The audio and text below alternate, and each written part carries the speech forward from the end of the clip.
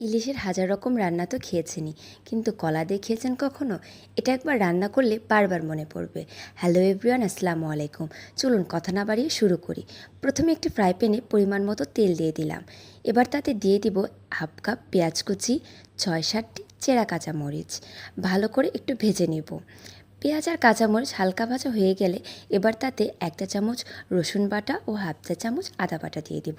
এবার একটু ভালোভাবে ভেজে তাতে দিয়ে দিচ্ছি 1 চামচ শুকনো মরিচের গুঁড়া, হাফ চামচ ধনিয়া গুঁড়া, হাফ চামচ হলুদ গুঁড়া, 1 চামচ লবণ। সব মশলা এবার ভালোভাবে কষিয়ে তাতে দিয়ে দিব 1 কাপ পানি।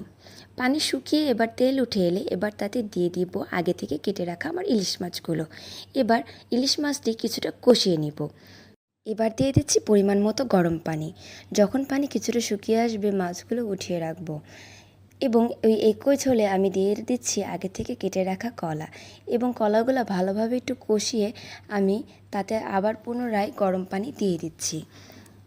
তরকারির ঝোল যখন কিছুটা শুকিয়ে আসবে তখন আমি আগে থেকে যে ইলিশ মাছগুলি তুলে রেখেছিলাম সেগুলো দিয়ে দিচ্ছি।